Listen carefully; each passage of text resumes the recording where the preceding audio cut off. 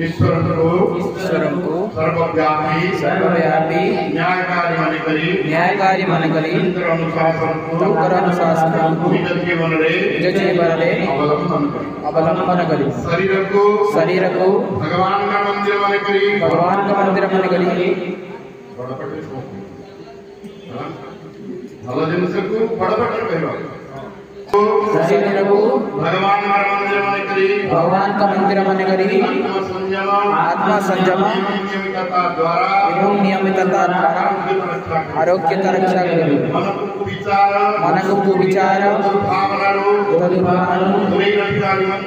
रखिवा निमंते श्रद्धाय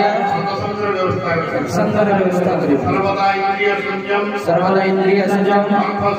अर्थ संयम समय संयम विचार संयम निज को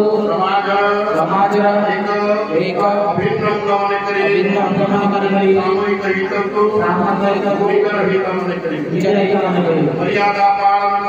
मर्यादा पालन करी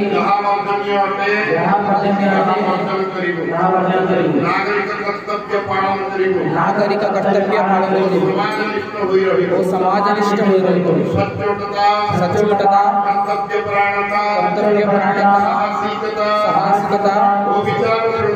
ओ विचारशीलता जीवन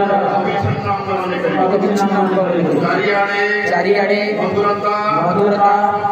स्वच्छता शालीनता एवं अनिति द्वारा प्राप्त सर्वदापेक्षा